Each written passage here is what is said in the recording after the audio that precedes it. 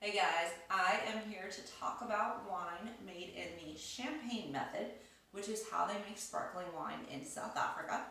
Method Cap Classique or MCC. So, when you have a sparkling wine, and you all know this, you get little bubbles in the glass. How do they get there? That happens from something called a secondary fermentation in the bottle.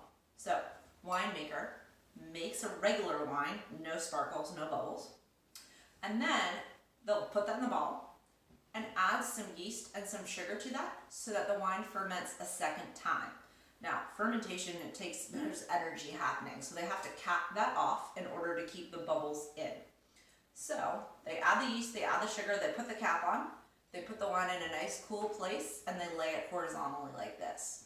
And the fermentation slowly happens.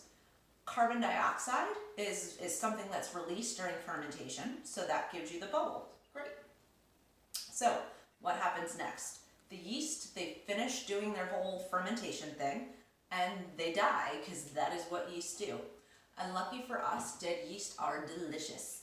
As those dead yeast cells break down, something called, the process rather, of those dead yeast cells breaking down is called autolysis. When autolysis occurs, it releases these like bready, toasty, brioche flavors and aromas into the wine. Because, it's yeast, it makes bread, common sense, right? So, we now have this wine that has all these yummy, bready, toasty notes, but we also have these little dead yeast particles in the bottom, and we've got to get those out because we want a nice, pretty clear, sparkling wine. How do we do that? Slowly, over a period of time, the wine is turned and slowly gets into a vertical position by a process known as riddling. Riddling takes place over the course of a few days to a few weeks, or when it's done by hand, weeks. And your end result is that you get an upside down bottle like this. Again, cap is on the bottom. Now, all my dead yeast particles are in the neck of the bottle, so it's a little bit easier to get them out. We freeze the neck of the bottle in a cold brine solution. We pop the cap, and that dead yeast pile just kind of shoots off. So now what? Now we've got a little bit of a gap in the bottle. Now we have to top that off with a mixture of usually wine and a little bit of sugar, so that there's no space. Then we get the cork in, then we get the cage on, and then we seal up the bottle. So that was a lot going on.